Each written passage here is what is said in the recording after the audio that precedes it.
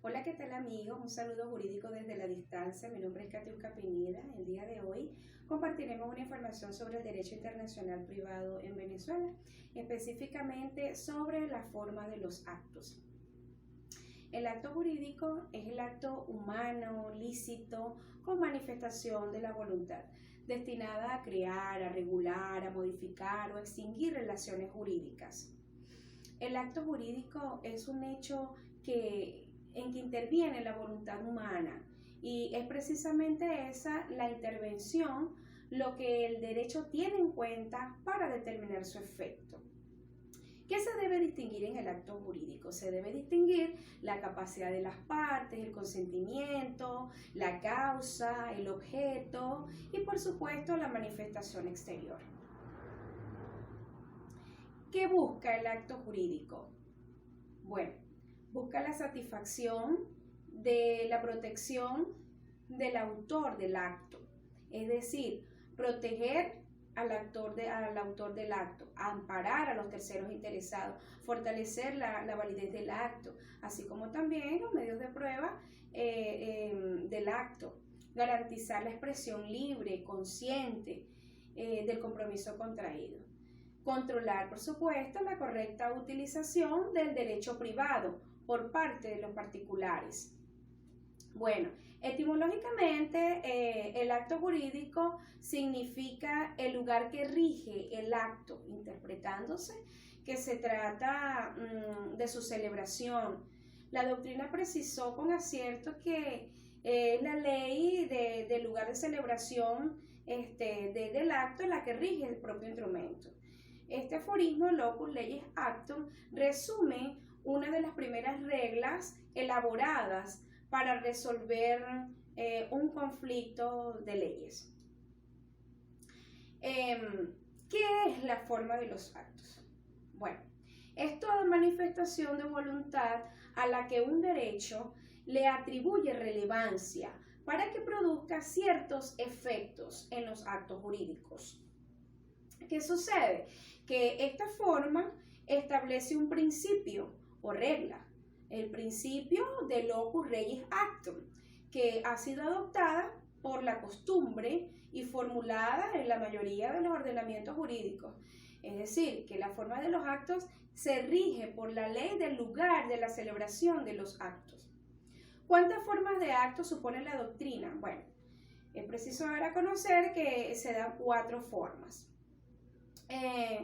Las formalidades habilitantes, las formalidades extrínsecas, las formalidades intrínsecas y las formalidades de ejecución.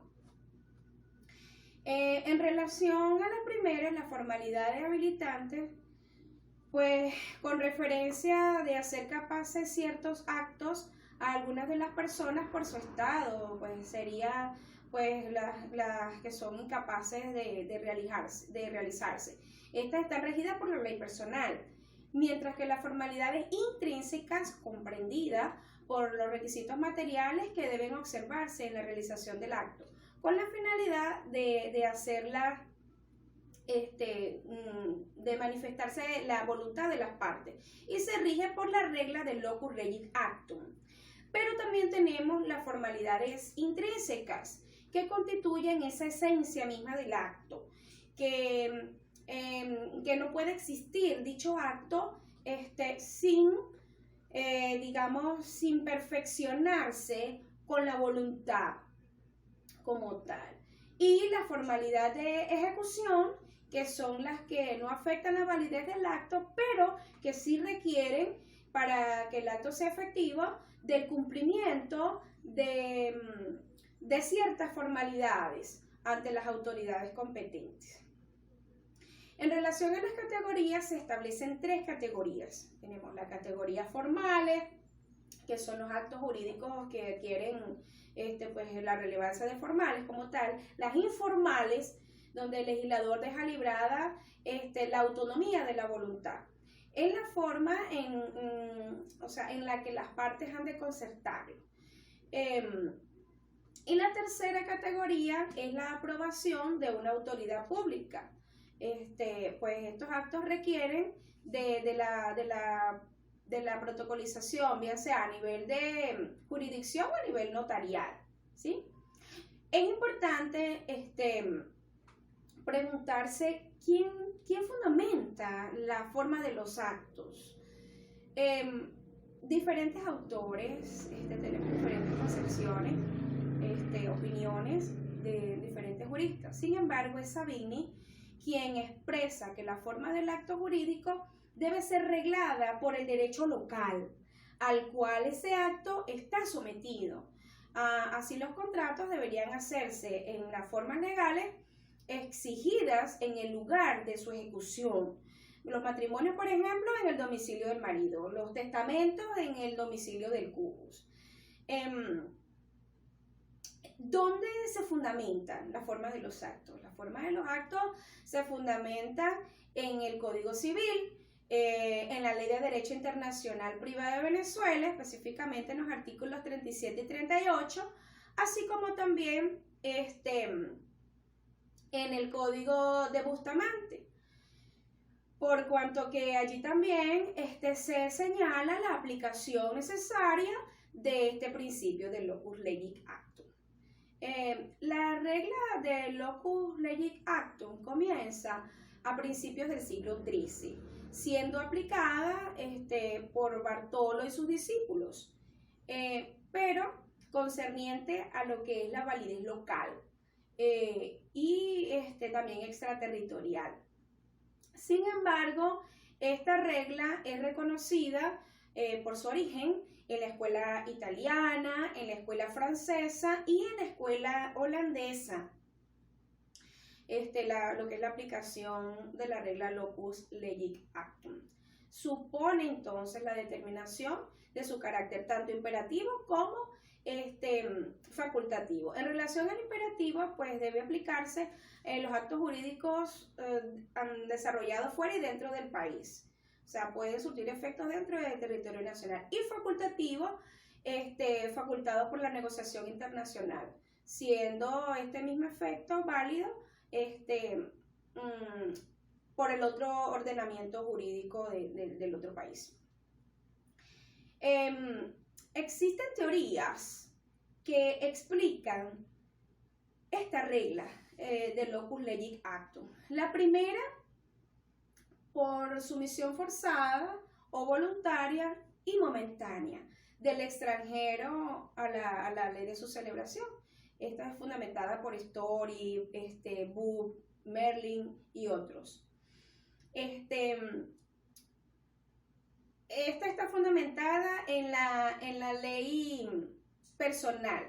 ¿Por qué? Porque los contratos están sometidos a las leyes de la nacionalidad de los contratantes. Existe otra teoría, es la organización de las formas de cada estado, que depende de la opinión del legislador, y esta está fundamentada por Merlin. Mientras que existe una regla, como es la basada en el consentimiento unánime internacional de las naciones, fundamentada por Barr. Pero Pillin establece sobre el sistema de Savigny, se apoya en esta teoría, pues señala que la regla del locus legis actum no es deducida de ninguna otra regla científica, sino que es una excepción sugerida por la práctica. Y finalmente Bussati, quien considera las leyes sobre las formas de orden público. Para ir un poquito más a la práctica acerca de lo que es la forma de los actos y este principio del locus legis actum, es menester compartir con ustedes un par de casos que permiten evidenciar la forma de los actos.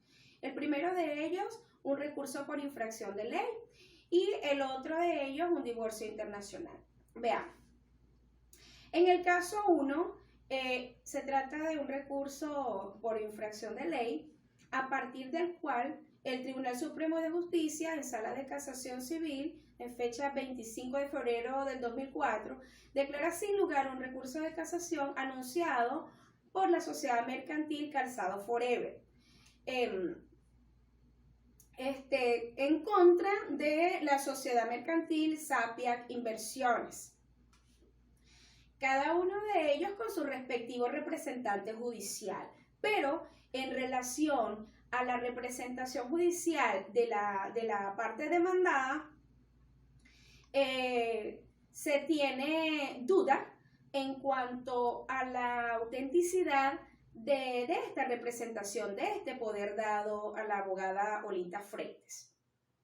Es decir, el poder de representación para esta ciudadana ha sido otorgado en otro país, es decir, España. Entonces, ¿qué dice la ley de España? Dice que las normas de derecho internacional privado en el Código Civil de España establecen que la forma de solemnidad de los contratos, testamentos y demás actos jurídicos se regirán por los de la ley del país donde se han otorgado, es decir, en España. ¿Y qué dice la ley de derecho internacional privado en Venezuela? En concatenación con ella, el Código Civil venezolano en su artículo 11 dispone que la forma y solemnidades de los actos jurídicos que se otorguen en el extranjero y que para que surtan efectos en Venezuela deben regirse por la ley del lugar donde se hacen, es decir, en España.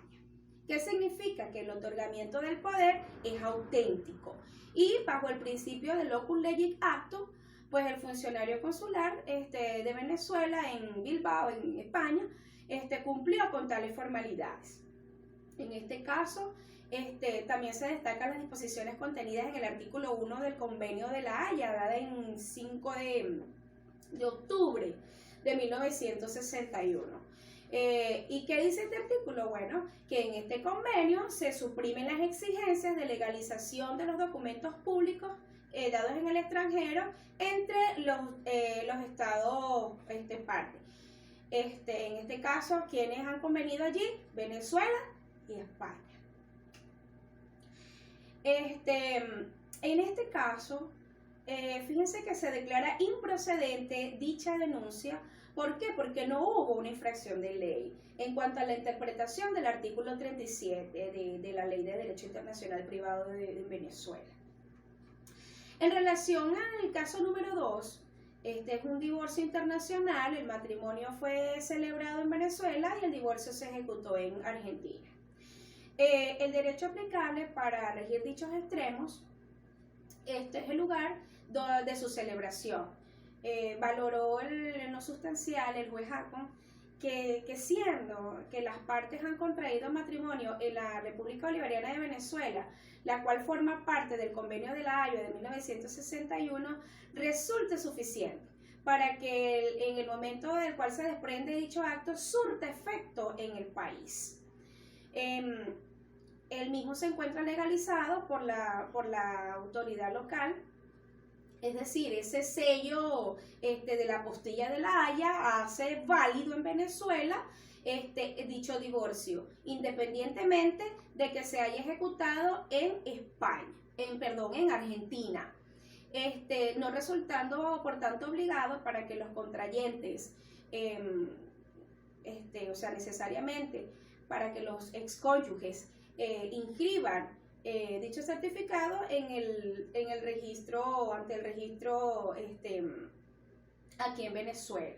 ¿Por qué? Porque surte efecto en Venezuela el divorcio que se ejecutó en Argentina. ¿A partir de qué?